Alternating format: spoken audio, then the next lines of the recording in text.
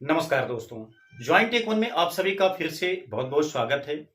Payeer by application में ITR file करने से लेकर के एक बहुत बड़ा अपडेट आया हुआ है। सभी एपीएस संचालकों को दोस्तों यहाँ पे आईटीआर फाइल करना मैंडेटरी हो गया है 2024-25 के सेशन के लिए।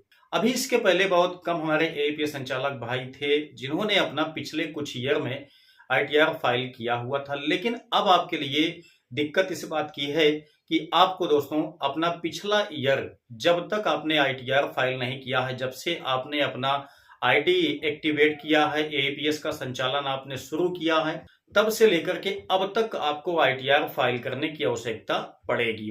दोस्तों यहाँ पे इतना ही नहीं, फ्यूचर के लिए भी आपको यहाँ पे ऑप्शन दे दिया है कि आप लोग चाहें तो जो नेक्स्ट ईयर आपका चलने वाला है 24-25, उसका भी आप लोग यहाँ पे प्री बुकिंग कर सकते हैं आईटीआर फाइल करने के लिए।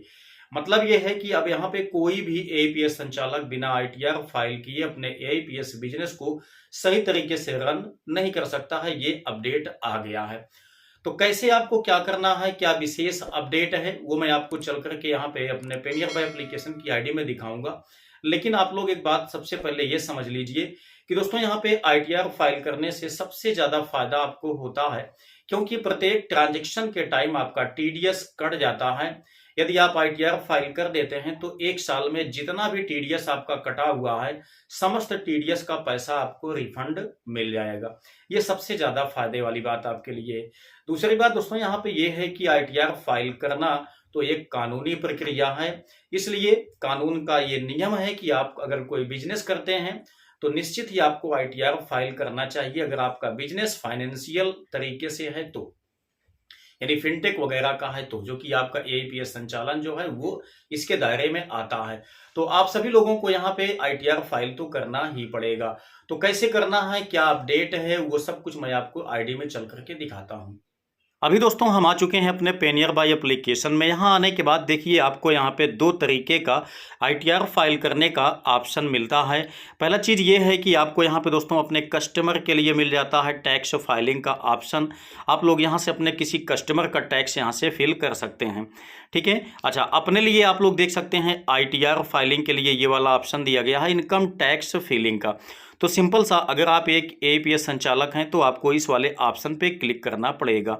तो हम यहाँ इस वाले ऑप्शन पे क्लिक कर लेते हैं। ये मेरा जो आईडी है ये किसी दूसरे भाई का है, जो कि पिछले ईयर में बहुत कम ट्रांजैक्शन इन्होंने किया था। यहाँ तक कि लगभग बीच में इन्होंने लगभग 4 से 5 महीने तक अपनी शॉप को भी बंद रखा था।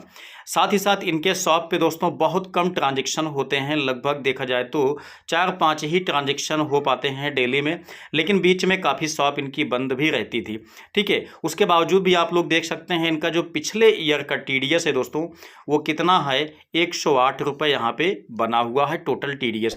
आप लोग भी अपनी आईडी को ओपन करके यहाँ पे देख सकते हैं कि पिछले ईयर का टीडीएस आप लोगों का कितना बना हुआ है, ठीक है। अब देखिए आईटीआर को फाइल करना है तो कैसे करेंगे, उसके लिए आप यहाँ पे देखिए, यहाँ दिया गया है फाइल योर रिटर्न नाउ।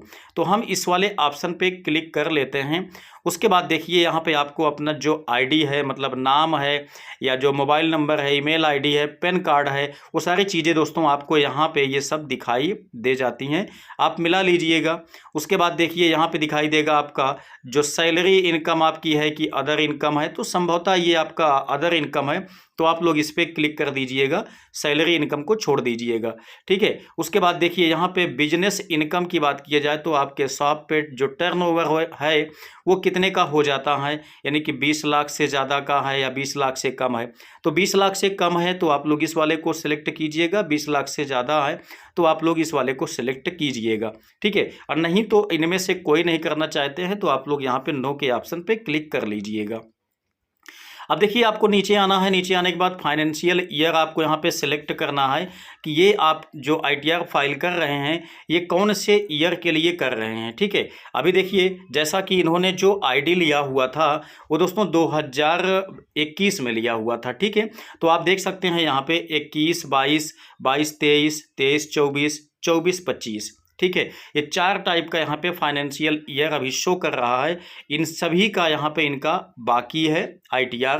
तो यहाँ पे देखा जाए तो आप मतलब इनके लिए यहाँ पे 21-22 के लिए, 22-23 के लिए जो भी चाहें यहाँ से ये अपना ITR फाइल कर सकते हैं। साथ ही साथ आप 2024-25 के लिए यहाँ पे ITR प्री बुकिंग भी कर सकते हैं, जिससे कि आपको आगे चल करके दिक्कत बिल्कुल भी ना उठानी पड़े। ठीक है, अभी आप लोग देख सकते हैं ये सेक्शन यहाँ पे जोड़ दिया गया है 2024-25 फाइनेंशियल ईयर के लिए प्री बुकिंग भी आप कर सकते हैं। लेकिन आपको प्री बुकिंग करने के लिए जो पिछले यहाँ पे ITR फाइलिंग है, अगर आपने इसको किया है तभी आप नेक्स्ट वाले को बुक कर सकते हैं। यदि आपने इनके ITR को फाइल नहीं किया है तब दोस्तों आप यहाँ पे नेक्स्ट वाले को प्री बुकिंग नहीं कर सकते हैं। ठीक है, अब देखिए यहाँ पे कंटिन्यू का ऑप्शन दिया गया है, हमको सिंपल सा इस पर क्लिक करना है। लेकिन उसके पहले हमको यहाँ पे सिलेक्ट करना है कि कौन से फाइनेंशियल ईयर के लिए हम यहाँ पे ITR फाइल करना चाहते हैं। तो हमने यहाँ पे 21-22 को सिलेक्ट कर लिया है। अब हम कंटिन्यू के ऑप्शन पे क्लिक करते हैं। यहाँ पे आपको वही चीज़ बताई जाती है कि आपको पिछला ईयर जो है उसको पेंडिंग में नहीं रखना है, अगर आप यहाँ पे नेक्स्ट ईयर के लिए ITR फाइल करना चाहते हैं तो। उसके बाद देखिए यहीं पे नोट आपको बताया जाता है कि 294 रुपये यहाँ पे इनका चार्जेस कटेगा। ठीक है, उसके बाद देखिए बताया जाता है यहाँ पे कि आगे के स्टेप के लिए आपके पास आधार कार्ड, पैन कार्ड, बैंक की जो डिटेल है वो आप तैयार रखिए। कहा गया है ना बी रेडी। ठीक है, वो आप तैयार रखिए क्योंकि आगे इसकी आवश्यकता जस्ट पड़ने वाली है। ठीक है, वो कब पड़ेगी देखिए यहाँ पे जैसे आप यहाँ से पे कर देते हैं पेमेंट यहाँ पे, उसके बाद ही आपको यहाँ पे वो सारे डॉक्यूमेंट देने की आवश्यकता अभी पड़ेगी। इसके लिए हम यहाँ पे देखेंगे पे वाले ऑप्शन पे हम क्लिक करते हैं। उसके बाद देखिए आपके वॉलेट से यहाँ पे सीधा बैलेंस डिडक्ट कर लेगा। ठीक है, जैसे हम यहाँ कटा देंगे अपने बैलेंस को, उसके बाद ही हमें यहाँ पे अपना Aadhaar card, PAN card, bank detail को अपलोड करने का यहाँ पे ऑप्शन मिलेगा, जिसको आपको अपलोड करके अपने ITR फाइल को यहाँ पे कर लेना है। ठीक है, तो इस तरीके से यहाँ पे ये चीज़ें बदल गई हैं। थोड़ा से आपको दिक्कत हो सकती है, लेकिन अगर आप इसको अच्छी जो मैंने आपको बताया अगर आप इसको अच्छी तरह से समझ लेते हैं तो आपको अब यहाँ पे ITR फाइल करने में कोई दिक्कत नहीं होगी। आई होप कि ये वीडियो आपके लिए काफ़ी ज़्यादा इंपॉर्टेंट लगा होगा। अगर वीडियो पसंद आया है तो लाइक कीजिएगा अपने दोस्तों में भी इसको शेयर कर दीजिएगा। तो चलिए मिलते हैं एक नेक्स्ट वीडियो में नई जानकारी के साथ, तब तक जय हिंद।